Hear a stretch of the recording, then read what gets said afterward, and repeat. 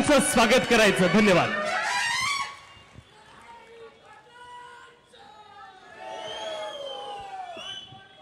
नमस्कार। छत्रपती शिवाजी महाराज, डॉक्टर बाबासाहेब आंबेडकर, क्रांतीज्योती सावित्रीबाई फुले, यशवंतरावजी चव्हाण यांच्या प्रतिमेस अभिवादन करून सातारा नगरपालिकेचे जे बिगुल वाजलेलं आहे, सातारची जनता चार्ज झालेली आहे आणि या नगरपालिकेच्या निवडणुकीचं नेतृत्व ज्यांनी हातामध्ये घेतलेले आहे असे आमचे राष्ट्रवादीचे प्रदेश अध्यक्ष माननीय शशिकांतजी शिंदे साहेब, ओबीसी नेते सन्माननीय जानकर साहेब, आत्ताच ज्यांनी भाषण केलं ते लक्ष्मणराव माने साहेब, आमच्या वर्षातही आहेत, राहुल पवार आहेत, नरेश देसाई, सुषमा राजे, असलमजी तडसरकर, समिंद्रा जाधव, राजेंद्री शेलार, रजनीताई पवार, राजकुमारजी पाटील, अर्चनाताई देशमुख, तेजस्विनी केसरकर आणि इथे जमलेले सर्व पत्रकार बंधू आणि जमलेले बंधू आणि भगिनींनो, सातारकरांना प्रश्न पडलाय की सातारची नगरपालिकेची निवडणूक लागली आहे आणि अचानक सुवर्णाताईंना काय झालं? इतके दिवस भारतीय जनता पार्टीचं काम केलं, अगदी तळाकाळ जिथं खडकाळ भाग होता तिथं कमळ फुलवलं आणि अचानक हा शेवटच्या क्षणी घेतलेला हा निर्णय, असं काय घडलं? तर खरं सांगायचं म्हणजे आम्ही भारतीय जनता पार्टीचं काम खूप केलं, पदाधिकाऱ्यांनी केलं, तळागाळापर्यंत कमळ फुलवण्याचा प्रयत्न केला, पण आमच्यावरती कांड झाला। आम्ही काम करतो म्हणून आम्हाला उमेदवारी नाकारली। आम्ही नगराध्यक्षाच्या रेसमध्ये कधीच नव्हतो, पण आम्हाला रेसमध्ये जनतेने आणलं आणि हेच काही व्यक्तींना मानवलं नाही। आमचं प्रभागातलंही तिकीट गेलं, वॉर्डावॉर्डातले फोन यायला लागले, ताई 12 वाजले, फॉर्म कधी भरायचंय? अजून मी म्हटलं अडचण आली आहे, जरा काही प्रॉब्लेम आहेत। तिकिटाचं काय झालं? मी म्हटलं त्याच्यातच जरा प्रॉब्लेम आहे, तुम्ही वरिष्ठांना फोन करा, तुम्ही तिकीट मिळालं पाहिजे, तुम्हाला अपक्ष फॉर्म भरा।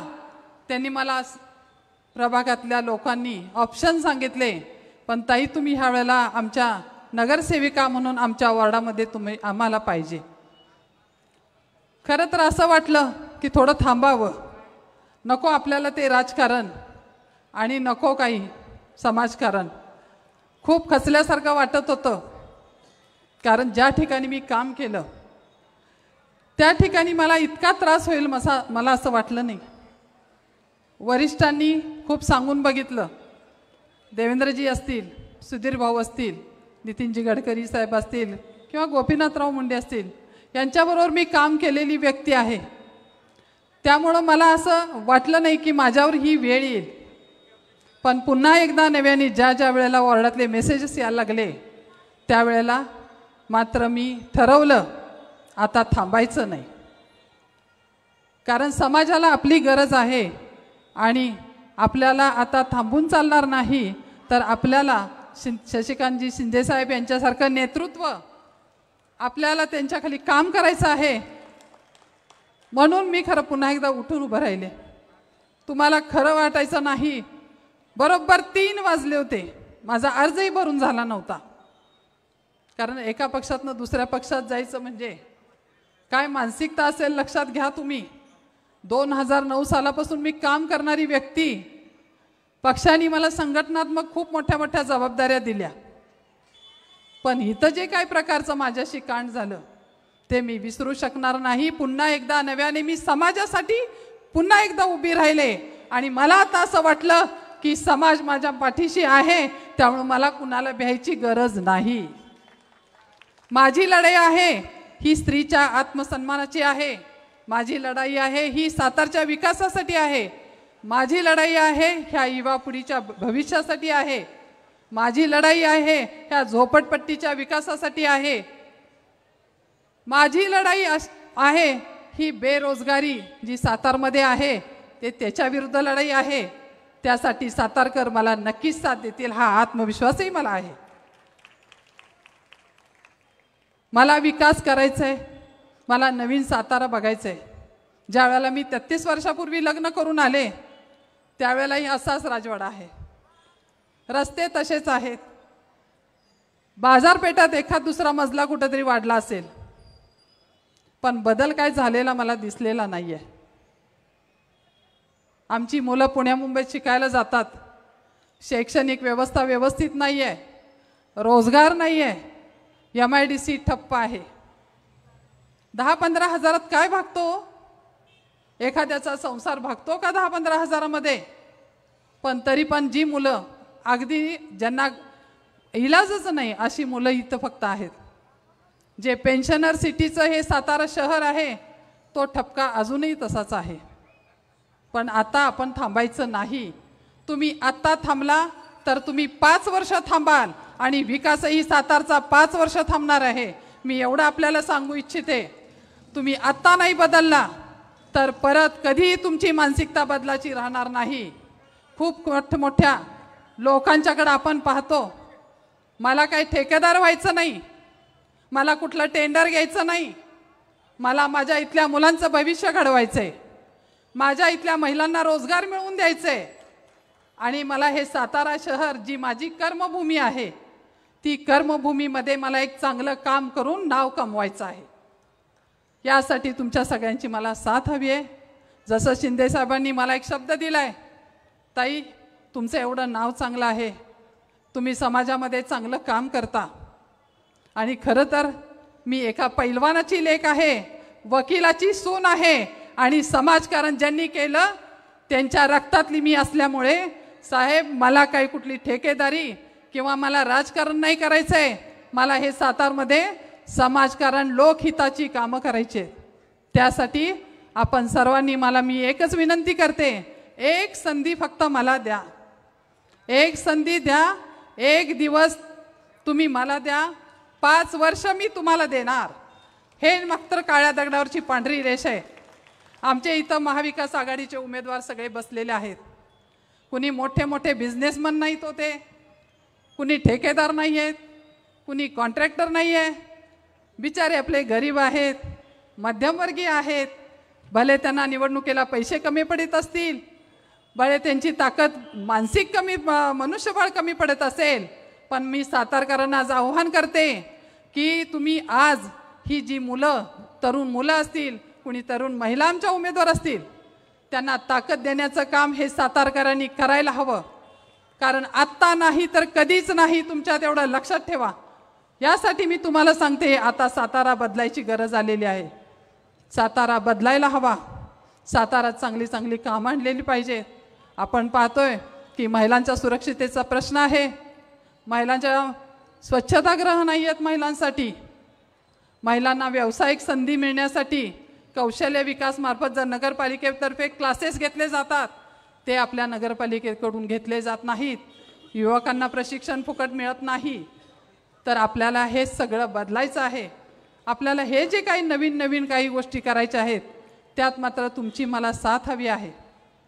ज्या शाळा आहेत नगरपालिकेच्या त्या ओसाड पडलेल्या आहेत, त्यांचं बांधकाम व्यवस्थित नाही आहे.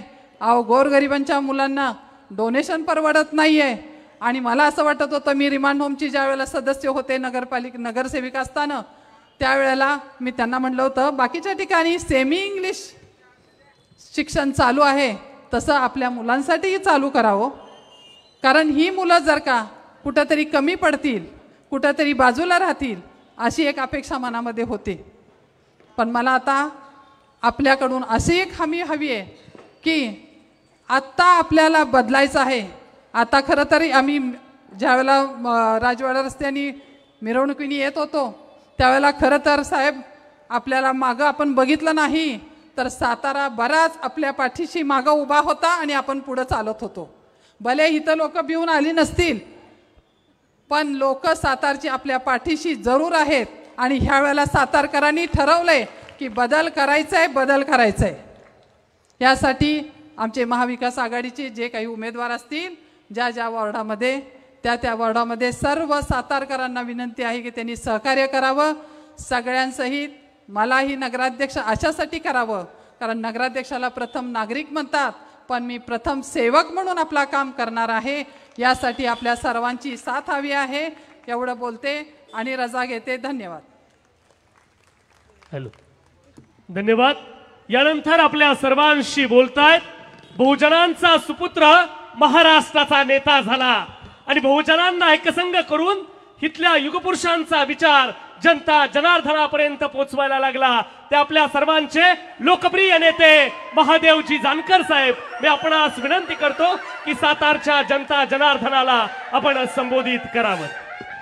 छत्रपती शिवाजी राजे, महात्मा ज्योतिबा फुले, विश्वरत्न डॉक्टर बाबासाहेब आंबेडकर, राजमाता महाराणी अहिल्याबाई होळकर, स्वामी विवेकानंद, संत ज्ञानेश्वर, संत तुकाराम, संत सावता या सर्व युगपुरुषांना अभिवादन करून आजच्या सभेचे प्रमुख नेते शशिकांतजी शिंदेसाहेब, या सातारा शहराच्या भावी नगराध्यक्ष सुवर्णताई पाटील, माजी आमदार लक्ष्मण मानेसाहेब, वर्षाताई देशपांडे, राजेंद्रजी शेलार, असलम तळसकर, राहुल पवार, पार्थ पोकळेजी, नरेंद्र पाटीलजी, विवेकानंद बाबर, अर्चना देशमुख, सुमेंद्रताई जाधव, सुषमा राजगोरपडे, तेजस्विनी केसरकर, नरेश देसाई, शफीक शेख आणि सर्व आघाडीचे नगरसेवक, पत्रकार बंधू आणि भगिनींनो, बांधवांनो, सुवर्णाताईंचं भाषण ऐकलं. सुवर्णाताई ज्या मुशीतून तयार झाल्या त्या पक्षाला आम्ही बी सहकार्य केलं सत्य आणण्यासाठी. ही माफी मागण्यासाठी सातारकरांकडे मी आज आलेलो आहे. भारताचं संविधान जर वाचवायचं असेल तर सुवर्णाताई आपल्याला भाजप मुक्त भारत करावा लागेल, भाजप मुक्त महाराष्ट्र करावा लागेल. काँग्रेसवाले आम्हाला विचारत नव्हते म्हणून माने साहेब आम्ही त्यांच्याबरोबर गेलतो, गोपीनाथ मुंडेंच्यामुळे गेलतो. आम्हाला माहीत नव्हतं की ते आम्हाला एवढे फसवतील. पवार साहेबाच्या पक्षाची वाताहत केली, उद्धव साहेबाची केली आणि माझंही 4 आमदार होतं तेही पळवून नेलं. म्हणून आम्ही स्वतः भेटायला गेलो राहुल गांधीला, मी स्वतः भेटायला गेलो शरद पवार साहेबांना, मी स्वतः भेटायला गेलो उद्धव साहेबाला, राज साहेबाला. कारण भारताचं संविधान आणि मताचा अधिकार वाचवायचा असेल तर आपण सर्वांनी एकत्र यावं ही विनंती करायला आम्ही त्यांच्याकडे गेलो. बांधवांनो, आम्हाला आमच्या चुका कळाल्या, आम्ही कॅबिनेट मंत्री होतो. बांधवांनो, आम्हाला समजलं की हे आपलं नाही, हे आपलं नाही हे समजलं. त्यावेळेस आम्ही ठरवलं की आमचंच भरं आहे. शिंदे साहेब, मी मंत्री असताना तुम्ही सभागृहात होता, मी बी होतो. काय आमचं भांडण होतं तर भाजप काय म्हणायचं, जानकर तुझी झोपडी मोड आणि तू आमच्या घरात ये. पण मी शेवटपर्यंत स्वतःचाच पक्ष काढला, त्यातून 4 आमदार केले आणि स्वतःच्या पक्षातूनच मंत्री झालो. बांधवानं हे लक्षात ठेवा, कारण मी शाहू फुले आंबेडकरांना मानणारा कार्यकर्ता आहे. मी काशीरामच्या मुशीतून आंबेडकर शिकलेला आहे. लक्ष्मण माने साहेब, how to deal the politics and how the implementation the power या फॅक्टरचा अभ्यास केलेला मी एक कार्यकर्ता आहे. म्हणून बांधवांनो, माझी तुम्हाला विनंती आहे, भाजप काय करतं, मराठा विरुद्ध ओबीसी, ओबीसी विरुद्ध दलित आणि बहुजन हिंदू विरुद्ध मुसलमान हा डाव टाकून तुमच्या आमच्याला फसवण्याचं पाप ही भारतीय जनता पार्टी करते. म्हणून सांगण्यासाठी आलोय, कृपा करून काही करा. नरेंद्र पाटील साहेब, तुम्ही फार विचारवंत आहे, पण आपलं रस्तं चुकलं होतं, आपलं रस्तं चुकलं होतं. ज्या शाहूची आपण औलाद होतो तो शाहूचा विचार आपण सोडला होता आणि नको त्याचा हात धरून आपण त्यांच्या मागं गेलतो. हे प्रायचित्त भोजण्याची वेळ आली रे बांधवांनो. म्हणून माझी तुम्हाला विनंती आहे, जिस बाप का बेटा लायक होता है उस बाप की इज्जत होती है और जिस बाप का बेटा नालायक होता है उस बाप की बेइज्जत होती. ज्या छत्रपती शिवाजीची, बाबासाहेबाची आणि शाहूची, महात्मा फुलेची आम्ही लेकरं आहे, आम्ही दुसऱ्याची लेकरं होऊन देणार नाही, संविधानाला हात लागून देणार नाही आणि ह्यांच्या नाटकपणाला देखील आम्ही उद्गार होऊन देणार नाही. शिंदे साहेब, आपली पावर चांगली आहे, पुढच्या बारीने ह्यांचं सरकार राहणार नाही. चॅलेंज देऊन सांगतो, दलित आणि मुसलमानांनी काँग्रेसला जीवन ठेवलं आणि ओबीसीनी भाजपला मोठं केलं. ओबीसीनी भाजपला मोठं केलं. त्याला आमचा बी हातभार होता. आता होऊन देत नाही वागाणून. त्यांचं बुरुज डासळल्याशिवाय आम्ही शांत बसणार नाही. येणारं सरकार शिंदे साहेब आपला असाल, तुम्ही सीएमच्या रेसमध्ये असाल, सीएमच्या रेसमध्ये, त्याची काळजी करू नका.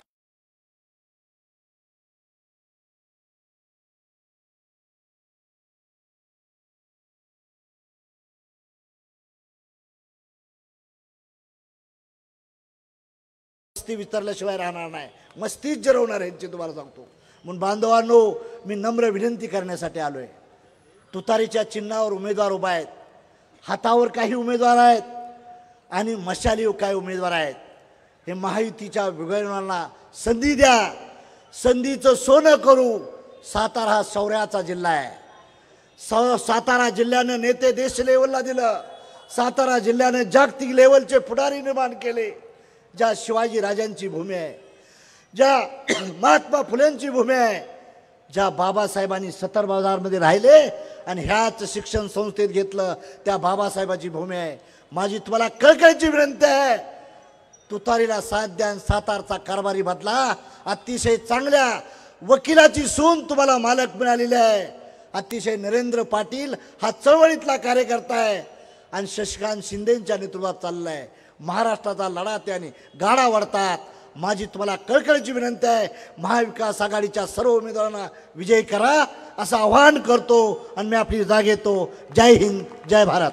धन्यवाद मंडळी. आतापर्यंत भारत देशाचा इतिहास तुम्ही पाहिलाय.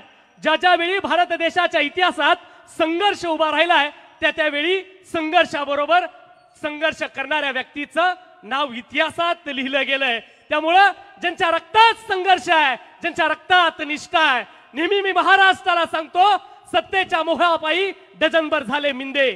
सत्तेच्या मोहापायी डझनभर झाले मिंदे. निष्ठेचं एकच नाव शशिकांत जयवंत शिंदे. यानंतर बोलतात राष्ट्रवादी काँग्रेस पक्षाचे प्रदेशाध्यक्ष शशिकांतजी शिंदे साहेब. हात वर करायचा, जोरदार टाळ्यांनी स्वागत करूया शशिकांतजी शिंदे साहेबांचं.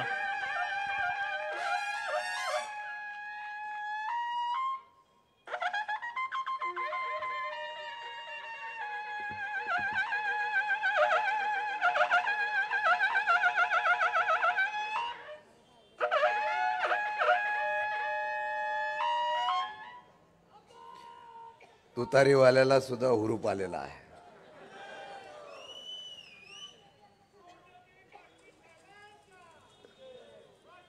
सातारा जिल्ह्यातला इतिहास घडवणाऱ्या या गांधी मैदानावर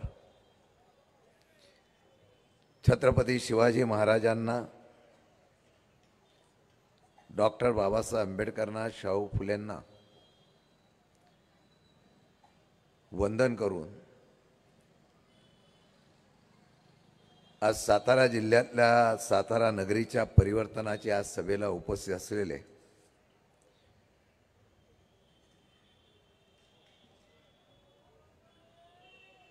आदरणीय माजी मंत्री महादेवजी जानकर साहेब, आमचे दुसरे नेते लक्ष्मणरावजी माने, त्याचबरोबर आपल्या काँग्रेस पक्षाचे राजेंद्रजी शेलार, आदरणीय वर्षाताई देशपांडे, राहुलजी पवार, सर्व व्यासपीठावरील सर्व पक्षाचे असलेले प्रमुख पदाधिकारी, उपस्थित बंधू भगिनींना, माझ्या पत्रकार मित्रांनो,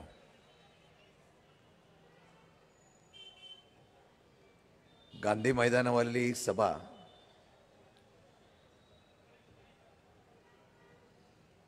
छोट्या कार्यकर्त्यांच्या ताकदीवर भरवायची म्हणजे एक आव्हान होतं. मनात हुरहुर होती की ही सभा आपली यशस्वी होईल का. कार्यकर्त्यांनी मला सांगितलं भले 500 लोक असून द्या, पण सभा गांधी मैदानावरच घ्यायची. आणि मला अभिमान आहे, कोणीही मोठा नेता नसताना सुद्धा माझ्या एवढ्या मोठ्या संख्येने माता भगिनी आणि आपण सर्व सातारकर पत्रकार उपस्थित राहिला त्याबद्दल तुम्हाला त्रिवार वंदन करतो, तुमचा आभार मानतो.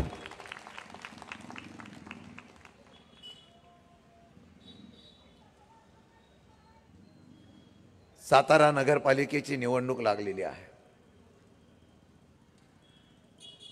महाविकास आघाडीच्या उमेदवारांची या ठिकाणी तुतारी, मशाल, पंजा या चिन्हावर आपण निवडणुकीला समोर जातोय.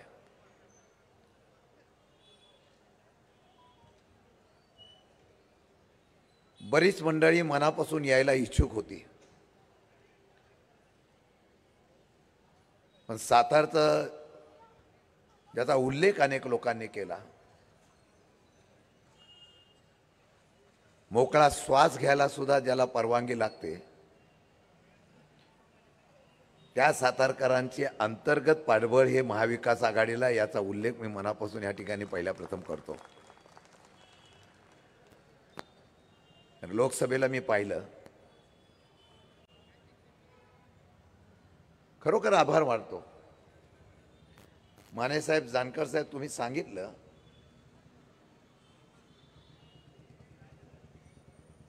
की बूथवर सुद्धा कोणी नव्हतं, पण लोकांनी येऊन मतदान केलं. ते निवडणूक आयोगाला जरा उशिरा कळलं, तुतार्यानी पिपानी. नंतर आता ते निवडणूक आयोगाने ते चिन्ह रद्द केलं. जर त्यावेळेला पिपानी नसती तर सातारकरांच्या मनातला खासदार सुद्धा निश्चितपणाने झाला असता. मगाशी बऱ्याच लोकांनी उल्लेख केला, हे आव्हान आहे. या साताराच्या राजकारणामध्ये जर बघितलं गेलं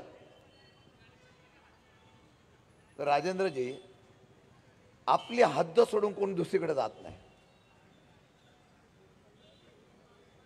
कारण आपल्या हद्दीमध्ये सर्वजण सुरक्षित राहिले पाहिजे आणि एकमेकांना सहकार्य केलं पाहिजे, अशा प्रकारची भूमिका सातारच्या राजकारणामध्ये अनेक वर्षापासून आहे.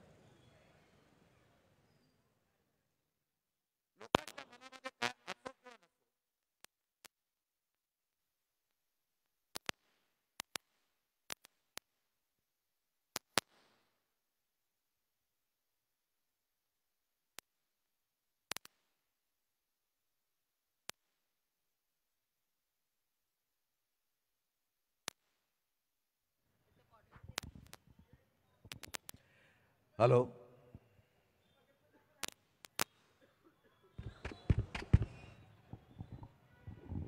लोकांच्या मनामध्ये याच्यात पण गडबड दिसते. गेल्या अनेक वर्षापासून माझा आवाजच दाबला जातोय. काय जानकर साहेब, माने साहेब, तुम्ही, मी, आपण सगळे लढणारे आहोत. त्याला पिंड आपला असा आहे की तो शांत बसून देत नाही. कदाचित मी या सगळ्यांच्या हद्दीमध्ये शिरलो नसतो तर मी तळ्यात आमदार सुद्धा राहिलो असतो. पण विचार असतात, कोणीतरी लोकांसाठी काहीतरी केलं पाहिजे. ही लढाई काय नगरपंचायतीची आणि नगरपालिकेची नाही, ही लढाई तत्वाची आहे. सगळेच जर भाजपामध्ये गेले, जाणारे सुद्धा किती सुखी आहेत तुम्हाला माहिती आहे. सहनही होत आहे आणि सांगता येत नाही अशी परिस्थिती सध्या सगळ्या मित्रपक्षाची आहे. काही लोक प्रेमाने गेले, काही लोक सत्तेमध्ये गेले, काही लोक दबावाखाली गेले.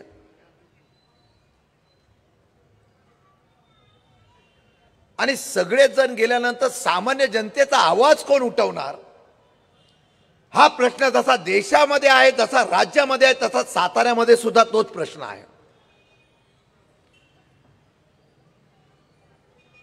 आणि म्हणून या असलेल्या विरोधाला कोणीतरी वाचा फोडली पाहिजे आणि ते वाचा फोडण्याचं काम यावेळेला सुवर्णा पाटीलांच्या आणि माझ्या असलेल्या सर्व महाविकास आघाडीच्या उमेदवाराच्या माध्यमातून आम्ही या जनतेकडे करण्यासाठी आलेलो आहे.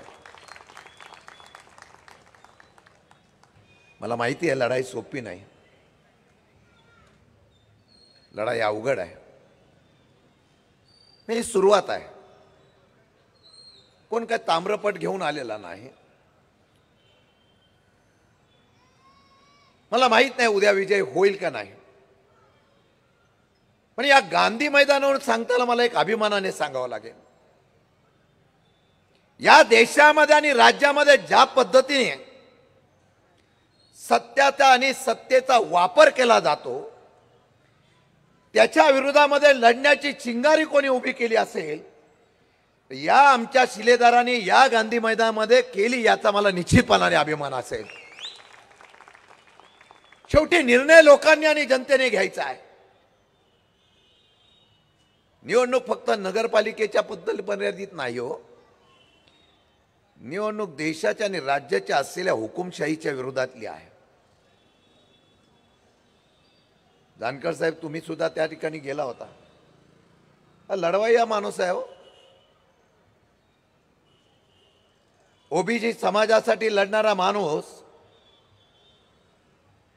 ज्यावेळेला सत्तेमध्ये गेल्यानंतर त्यावेळेला सत्तेमध्ये वापर केल्यानंतर त्यांना कळून आलं की आपला नुसता उपयोग होतो आणि आपल्याबद्दल नुसता पर्याय काढला जातो. असा स्वाभिमानूस उभा राहिला आणि पहिल्या प्रथम बंडाचा झेंडा या पक्षाच्या सत्तेच्या विरोधात कोणी घेतला तर तो जानकर साहेबांनी घेतला आणि दुसरा झेंडा कोणी घेतला तो सुवर्णाताईंनी घेतला. काही लोक म्हणाले की महाविकास आघाडीला उमेदवारच मिळत नव्हता म्हणून आयात उमेदवार घेतला, भाजपचा उमेदवार घेतला. तुम्हाला सोन्याची पारखच नव्हती तो तुमचा दोष होता, तो आमचा दोष होता का? आमच्याकडे पण उमेदवार होते, डॉक्टर पण होते. संदीप काटे सारखे डॉक्टर होते जे मॅरेथॉन ज्या जगापत्रावर त्यांनी नेली. त्यांना काय असंच वाटलं का मी उमेदवार म्हणून उभं राहावं? एक डॉक्टर, नामांकित डॉक्टर, या राज्यामधला असलेला मॅरेथॉनचा इतिहास जगपातळीवर नेणारा डॉक्टर जेव्हा स्वयंस्फूर्तीने बोलतो मला निवडणूक लढवायची, त्यांना मी सहज विचारलं, डॉक्टर तुम्ही निवडणूक लढवायला का उत्सुक आहात? ते एका शब्दात मला त्यांनी सांगितलं, मला साताऱ्यामध्ये बदल करण्याची मानसिकता आहे म्हणून मला निवडणूक लढवायची आहे. या बोलण्यामधला अर्थ जर कोणाला कळला असेल ना, आमचे पत्रकार होते, काटकर साहेब होते, आंबेकरजी होते, अनेक लोकांनी पक्षाची या ठिकाणी मागणी केली, त्याच्यावर टीका पण झाली असेल. पण मला असं वाटलं की शिवाजी महाराजांचा नेहमी उल्लेख केला जातो, शत्रूतल्या गोटातली माहिती काढून जो लढतो तो खरा विजय होत असतो. आणि सुवर्णाताईंना शत्रूतल्या गोटातली सर्व इतोभूत माहिती होती म्हणून त्यांना उमेदवार आम्ही केला.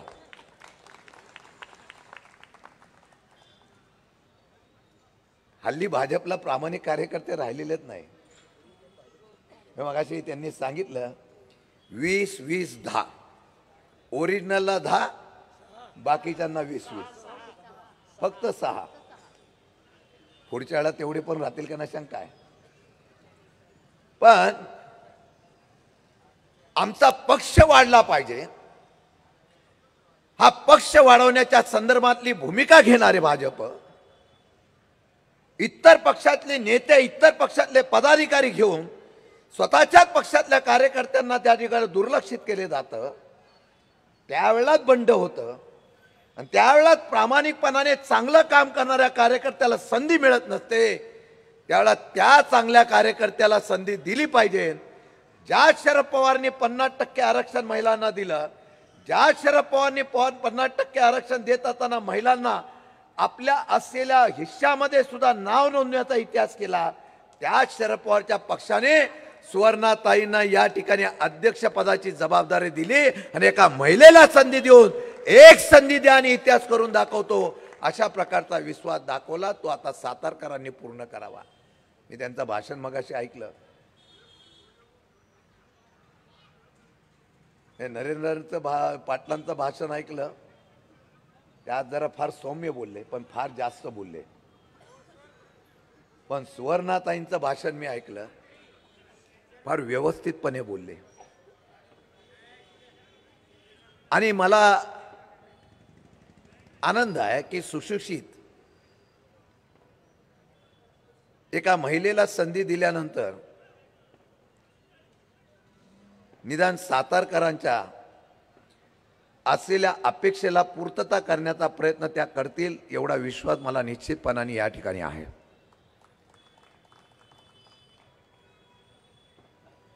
आमचे उमेदवार कोण आहे तो याचा उल्लेख बाकीच्या पक्षाच्या उमेदवाराबद्दल मी बोलणार नाही. पण नुसतं भाजपमध्ये अन्याय झाला नाही हो.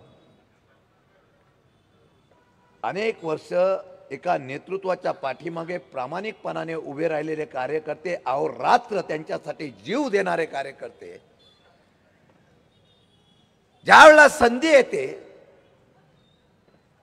त्यावेळेला एक दोन लोक आपल्या स्वार्थासाठी त्या पूर्वीपासून निष्ठेने काम करणाऱ्या एका नेत्याच्या, महाराजांच्या बरोबर सेवक म्हणून काम करणाऱ्या एका नेत्यांना संधी येते तेव्हा बाजूला करण्याचा प्रयत्न होतो. असा अन्याय सुद्धा या ठिकाणी असलेल्या आघाडीमधल्या एका नेतृत्वाच्या माध्यमातून त्या कार्यकर्त्यावर निश्चितपणाने झाला. आणि म्हणून या सर्व खोटीचा विचार करत असताना आमचे कोण आहेत उमेदवार? हा अमर गायकवाड हा मोठ्या घरातला नाही, आंबेडकरी चळवळीतला कार्यकर्ता आहे.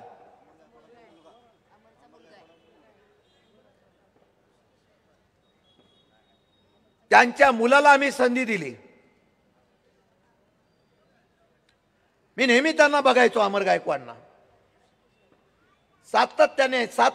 सातत्याने या डॉक्टर बाबासाहेब आंबेडकरांचा विचार हा तेवत ठेवला पाहिजे म्हणून विचाराची लढाई विचारी करणारा हा अमर गायकवाड होता. आणि त्यांच्या मुलाला आम्ही ऋषिकेशला या ठिकाणी त्या ठिकाणी संधी दिलेली आहे.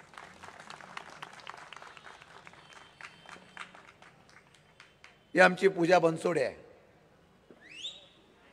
चळवळीतली कार्यकर्ती आहे,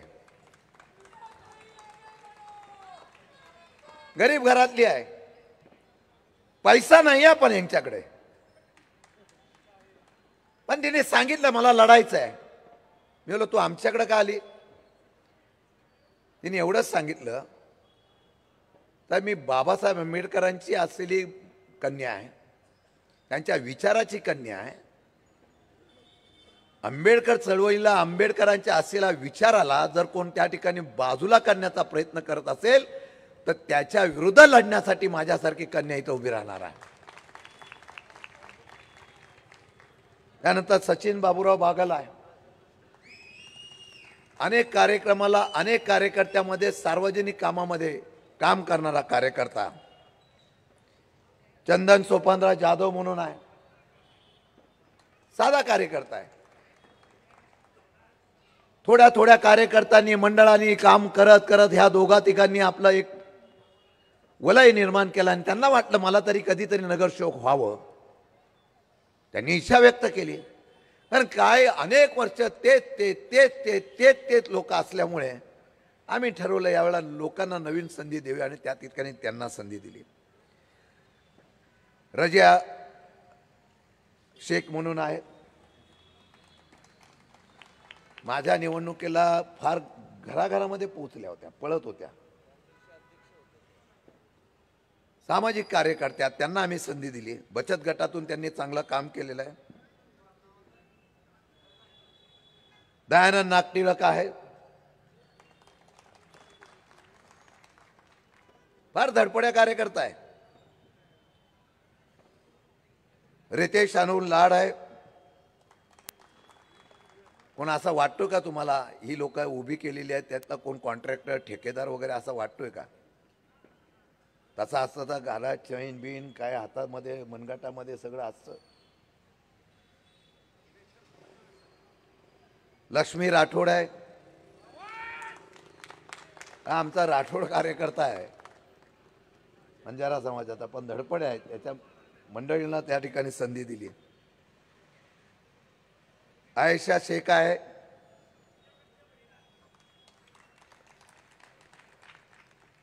एक साधी गृहिणी आहे. सीमा पवार आहे, शैक्षणिक क्षेत्रामध्ये काम आहे. उषा सुनील वाघ आहे, शुभांगी निकम आहे, जितेंद्र बडेकर आहे, विकास धुमाळ आहे, अमोल खुडे आहे. काँग्रेसच्या आमच्या जाधवताई आहे, आमच्या निकमताई आहेत. काँग्रेसची आमची उभी राहा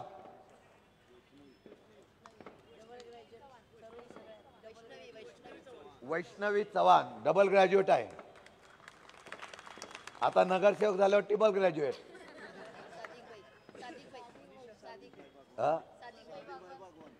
बागवानताई बागवान आमचा हा पण उमेदवार आहे. त्यानंतर आमच्या मनीषा उभ्या आहेत. त्यानंतर आमचे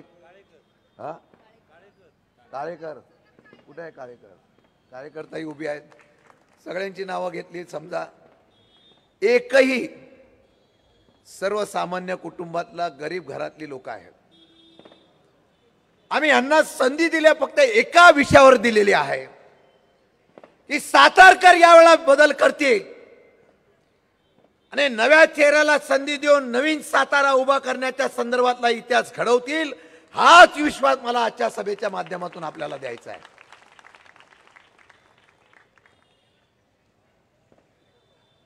जसा नगरीचा आणि साताराच्या असलेल्या प्रश्नासंदर्भामध्ये जे सांगितलंय मी त्याच्यावर काय वेळ घालवणार नाही. माय भगिनीला मी सांगेलो, या लाडक्या बहिणींनी बिहार घालवलं, महाराष्ट्र घालवला. आता तुम्हाला विनंती करणार आहे सगळ्या भगिनींना की आम्ही भगिनी उभी केलेली आहे. आता सगळ्या सातारच्या आमच्या भगिनींनी राष्ट्रवादी, शिवसेना, उभाटा आणि काँग्रेसच्या सगळ्या उमेदवारांना मत देण्यासाठी रात्रंदिवस प्रयत्न करा. काय सुरक्षित आहे? परवा मालेगावमध्ये घटना घडली. काल एका मंत्र्यांच्या पीएच्या पत्नीने आत्महत्या केली. दिवसा ढवळ्या खून होत आहे, दिवसा ढवळ्या गोंडगिरी चालू आहे, हप्तेबाजी, दादागिरी, गुंडगिरी, दिवसा ढवळ्या खून होत आहेत. कोयता गँग चालू आहे, कायदा सुव्यवस्था बिघडलेली आहे, 3 सरकारचं सरकार चालू आहे. जानकर साहेब, सरकार पण असं चालू आहे की प्रत्येक जण निवडणूक आल्यानंतर व्यासपीठावर बोलतो की चावी माझ्या हातात आहे. छायला अवघड आहे. अर्थमंत्री असलेले उपमुख्यमंत्री म्हणतात मला मतं दिली नाही तर पैसे मी देणार आहे, निधी देण्याचा अधिकार मला आहे. लगेच नगरविकास मंत्री म्हणतायत ते खातं माझ्याकडे आहे. आणि त्याला कमी झालं की चंद्रकांत दादा म्हणतात तुमचा मालक माझ्याकडे आहे. आता या 3 लोकांचे मालक बदलायचे असतील तर गरिबांचे मालक निवडून द्या, एवढी तुम्हाला हात जोडून विनंती करतोय. हे जाऊन द्या, या निवडणुका वगैरे जे आहे ना, आता हे फक्त कार्यक्रम राहिलेला आहे. लोकशाही संपलेली आहे. आणि भविष्य काळामध्ये तर यशवंत सिन्हांनी सांगितलं हे आता निवडणुकीला विरोधकांनी उभंच राहू नये. सरळ सरळ त्यांना सांगावं की तुम्ही सरकार चालवा. काय चाललंय या देशात, महाराष्ट्रात? हो अरे, आम्ही स्वाभिमानी सातारकर आहोत. बंड करणं आणि विरोध करणं हा आमच्या रक्तामध्ये आहे. छत्रपती शिवाजी महाराजांपासून आजपर्यंत देशाच्या रक्षणासाठी जास्त बलिदान सैनिकांनी कोणी दिलं असेल तर या पराक्रमी साताराच्या भूमीमधून दिलेला आहे. आज चव्हाण साहेबांची पुण्यतिथी आहे. यशवंतराव चव्हाणांची पुण्यतिथी. सरकारला त्याचा सुद्धा विसर पडला. मंगल कलश घेऊन येणारा स्वतंत्र महाराष्ट्राच्या चळवळीतला अग्रेगर असलेला सातारा भूमीचं हे नेतृत्व आज आम्ही सकाळी नतमस्तक व्हायला गेल्यानंतर बघितलं सरकारचं कोणच नाही तिथं उपस्थित. अरे हे विचार त्यांना संपवायचे आहेत. उद्या मानेसाहेब आपण म्हणाला की संविधान दिवस आहे. हे सगळे ह्या संविधानाच्या चळवळीमधलीच मंडळी आहेत.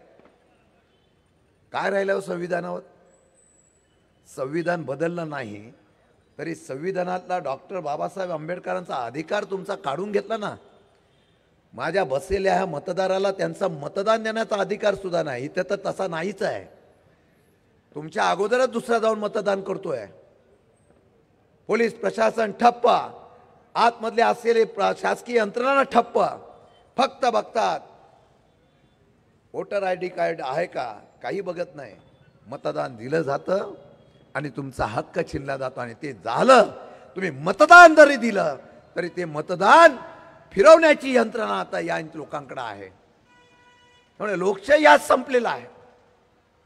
अनेक प्रश्न, अनेक विचार. 9.5 लाख कोटीचं कर्ज तुमच्या माथ्यावर मारला 2.5 ते 3 वर्षामध्ये. फक्त आणि फक्त कर्ज काढून कॉन्ट्रॅक्ट काढण्याचं प्रयत्न वाढून गेलं होतं. 20% अभाव, 30% अभाव ज्याचा उल्लेख केला गेला. पैसा तुमचा आणि या पैशातून या ठिकाणी निर्णय घ्यायचे. क्वालिटीचं तर बोलूच नका. काय सातारकरांची अपेक्षा आहे हो? मी आता इथं आहे, सगळा अंधार आहे. काय सातारा शहराची ओळख काय?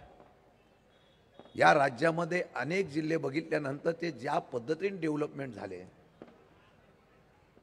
त्या पद्धतीने डेव्हलपमेंट झालं तो सातारमध्ये आपल्याला पाहायला मिळत आहे. या चौकामध्ये सुद्धा जर अंधार असेल तर त्याचा उजेड करायचा असेल तर बदल निश्चितपणाने करणं गरजेचं आहे. नियतीमध्ये सुद्धा आणि निसर्गामध्ये सुद्धा बदलाची क्रांती घडण्याचा निर्णय असतो, तो करण्याची गरज आहे. काही लोकांनी सांगितलं या सातारा जिल्ह्यामध्ये पवार साहेबांवर इतकं प्रेम होतं तर पवार साहेबांनी काय दिलं. मी पवार साहेबांचा उल्लेख करणार नाही, पण 9 महिने माझ्याकडे खातं होतं.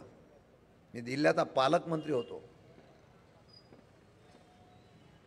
अनेक नेत्यांनी निर्णय दिले, अनेक नेत्यांनी नेतृत्व केलं. मी त्यांच्याबद्दल बोलणार नाही, पण विजन असावा लागतं, एक दृष्टिकोन असावा लागतो, काम करण्याची जिद्द आणि धडपड असावी लागते. हे मेडिकल कॉलेज आलं ना जानकर साहेब, मी अगदी देवाची शपथ घेऊन सांगतो 9 महिन्याच्या कालावधीमध्ये 2 निर्णय मी फार मोठ्या प्रमाणात घेतले होते. एक मेडिकल कॉलेज आणि तीर्थक्षेत्र आणि टुरिझम. हे त्या काळामध्ये आलं आहे. अजून मला कालावधी जास्त मिळाला असता ना तर सातारा काय असतो हे शशिकांत शिंदेने 100% दाखवून दिला असतं. पण धडपडणारे, आवाज उठवणारे, तळमळतीने काम करणारे ह्यांना नको आहे. मग षडयंत्र होतं आणि सगळे एकत्र येऊन मग कार्यक्रम करतात. मी आज तुम्हाला एकच विनंती करणार आहे. मी काल गेलो, साधी गोष्ट आहे, साधी. मी गरिबांच्या वस्तीमध्ये गेलो. मी फलटणला गेलो. मी फलटणला सुद्धा उमेदवार उभे केले. मी वाईला केले, पाचगणीला केले, महाबळेश्वरला केले, सगळीकडे केले. अरे 4 राहो 5 राहो. मी राज्याचा अध्यक्ष आहे म्हणून मी गेलो नाही, परंतु उभे केले ते साधे कार्यकर्ते केले, मेड्याला केले. आमचा राजू वगैरे इथं बसलाय बघा. साधे कार्यकर्ते केले. पण का केले की कार्यकर्त्याला आज संधी नाही दिली तर कधी देणार. आणि म्हणून मी तुम्हाला सांगतो, काल मी एका ठिकाणी प्रचाराला उशीर आलो. मला पोचायचं होतं लवकर. मी एका वस्तीमध्ये ताई आणि आम्ही सगळे गेलो. एवढे तुम्ही दिग्गज नेते आहात ना, दिग्गज, मी क्षमा मागतो. मी तुमचा काय अनादर करणार नाही, पण फक्त तुमचा मतासाठी वापर केला जातो आणि तुम्ही मत द्याल हे गृहीत केलं जातं. वाईट वाटतं. लोकशाहीमध्ये एखाद्या पेठमध्ये शशिकांत शिंदेला मतं जास्त झाली म्हणून त्यांचे स्टॉल उचकटून टाकण्याचा प्रयत्न होत असेल तर ही कुठली लोकशाही आली?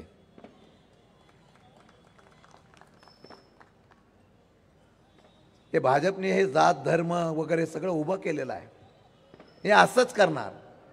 भविष्य काळामध्ये तुम्हाला कुठल्याही प्रकारचा मोकळेपणाने आवाज उठवता येणार नाही. मग मुस्लिम असो, दलित असो, कोणी असो, हिंदू असो, ओबीसी असो. का ओबीसी नेता बाजूला झाला हो? त्याचा वापर त्याच समाजाचा फक्त केला. आजही सुप्रीम कोर्टामध्ये केस आहे. 50% वरती आरक्षण देण्याच्या बाबतीमधले सुप्रीम कोर्टाची बंधन असताना सुद्धा या सरकारने 57 आणि 52% वरती आरक्षण दिलं. ते जर 27% आरक्षण जर कमी झालं तर ओबीसी समाज नाराज होईल म्हणून तारीख पे तारीख देण्याचा प्रयत्न होत असेल. या समाजाला तुम्ही फक्त झुंजवत ठेवण्याचा प्रयत्न करता. मी त्या वस्तीमध्ये गेलो, त्या वस्तीची काय असेल चूक? ते गरीब आहेत. हे बीव्हीजेच्या माध्यमातून इथे कॉन्ट्रॅक्ट दिला गेला, घरांची योजना दिली, झोपडपट्टी निर्मूलन अशा प्रकारचा योजना काढली गेली. 8 वर्ष झाला तो प्रस्ताव दिला. 30,000मध्ये घर घेतलं. साहेब फक्त स्ट्रक्चर उभं केलं, पाणी नाही, लाईट नाही, टॉयलेट नाही. त्या माझ्या माता भगिनींना आजही त्या शौचालयात जायचं झालं तर दुर्दैव आहे आज साताऱ्यामधला. मी मुद्दाम या भगिनींना सांगतो की त्यांना तिथे जाताना सुद्धा दरवाजे नाहीत, अशा प्रकारची भीषण परिस्थिती आहे. काय सातारा तुम्ही विकसित केलेला आहात?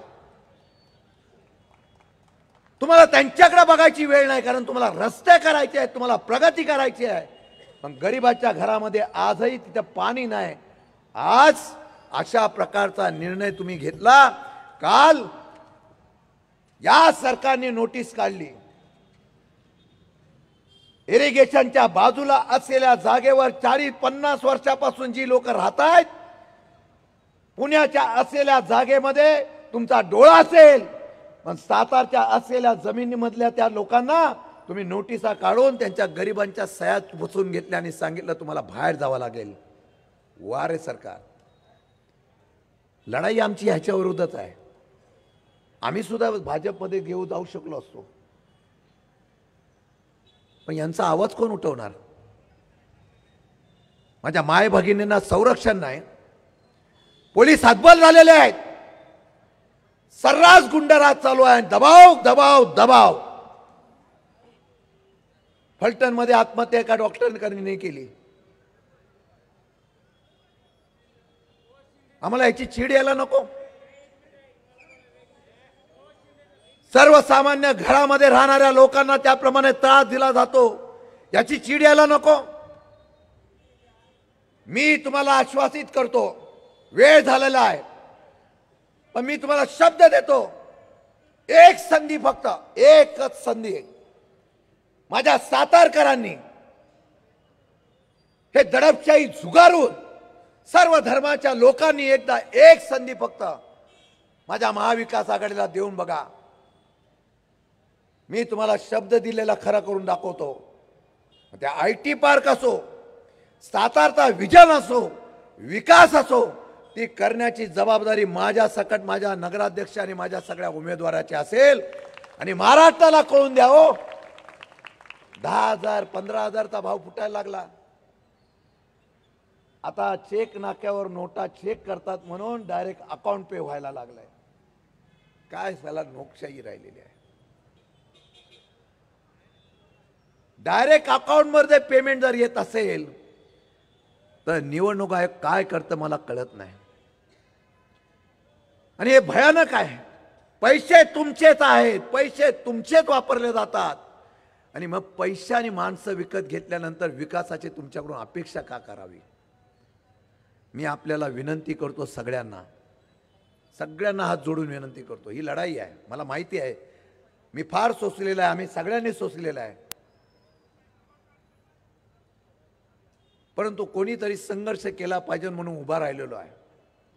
आणि हे उभं राहत असताना या आमच्या बहादर कार्यकर्त्यांनी आजही माघार घेतली नाही. मी मनापासून त्यांचा धन्यवाद मानतो.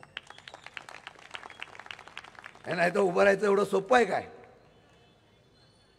काल पण काही ठिकाणी दमबाजी झाली.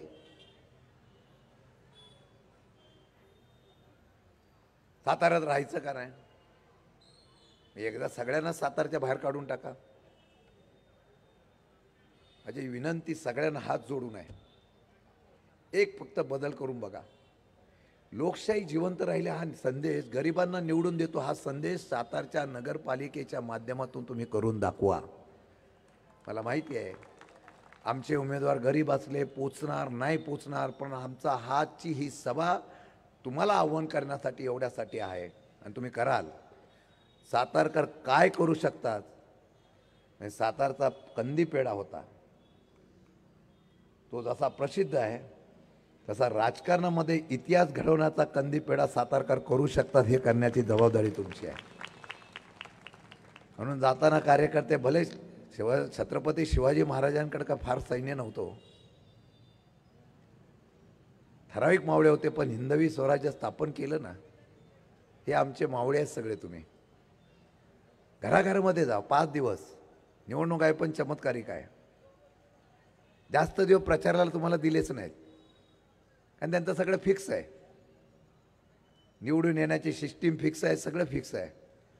पण 90% लोकांनी क्रांती केली ना तर मशीन सुद्धा झक मारेल. हे नेपाळमध्ये आंदोलन झालं, श्रीलंकेला झालं, बांगलादेशला झालं. आम्ही फक्त धर्मवादामध्ये अडकून ठेवलेलं आहे. मुस्लिम समाज दहशतीमध्ये आहे. का दहशतीत राहतो? का तो देशात राहतो हा काय त्याचा गुन्हा आहे? देश स्वातंत्र्यापासून त्यांनी पाकिस्तान गेले नाही, ते इथेच राहिले, हा त्यांचा गुन्हा आहे? देशाच्या प्रेमासाठी ज्या ज्या वेळा कुठले आंदोलन होतात त्यावेळेला ते पहिला प्रथम त्या देशसेवेसाठी काही लोक पुढे जातात, तो त्यांचा गुन्हा आहे? त्यांना तुम्ही दहशतवादी ठरवून टाकता. डॉक्टर बाबासाहेब आंबेडकरांचा संविधान बदलणार म्हणून रस्त्यावर लोक उतरली की ते देशद्रोही ठरवले जातात. भविष्यकाळ फार अंधारमय आहे. हुकुमशाहीचा जन्म होतोय, हळूहळू हळूहळू तुमच्यापर्यंत तो येतोय. ही लढाई नगरपंचायतीपुरती नाही, नगरपालिका नाही, ही लढाई लोकशाहीच्या जिवंतपणासाठी आहे. मला खात्री आहे 90% लोक जेव्हा क्रांती करतील आणि ही क्रांती होणार, पण त्याची सुरुवात सातारहून व्हावी एवढीच माझी प्रामाणिक इच्छा आहे. आणि कोणीतरी पुढाकार घेतला पाहिजे म्हणून आम्ही करतोय. आणि मला माहिती आहे बरेच लोक ऐकत आहेत, त्यांच्या मनामध्ये पण हेच आहे. बरेच नाराज आहेत, त्यांच्या मनामध्ये पण हेच आहे. आपण मत कोणाला देतो कोणाला कळतंय? मी त्या सगळ्या नाराजांना विनंती करणार आहे, तुम्ही जर ठरवलं ना तर सुवर्णाताई नगराध्यक्ष 110% होणार आहे. आणि तेवढे करावी. माझ्या सगळ्या प्रामाणिक उमेदवारांना एकदा उभे राहा. सगळे उमेदवार, या सगळ्या प्रामाणिक उमेदवारांना न फुटलेल्या, न झुकलेल्या, निष्ठावंत, पैशाला सुद्धा न फुटलेल्या प्रामाणिक कार्यकर्त्यांना संधी देण्याचा एक प्रकार फक्त महाराष्ट्रामध्ये करून दाखवा. मला आश्चर्य वाटलं काही ठिकाणी 2 मिनिटं काही ठिकाणी बिनविरोध झाल्या, बिनविरोध निवडणुका. लोकांना मतदान द्यायला संधी दिली गेली नाही. वा रे लोकशाही. निदान ही लोकशाही जिवंत ठेवण्याचा प्रयत्न या लोकांनी केलेला आहे. आणि साधी माणसं आहेत हो.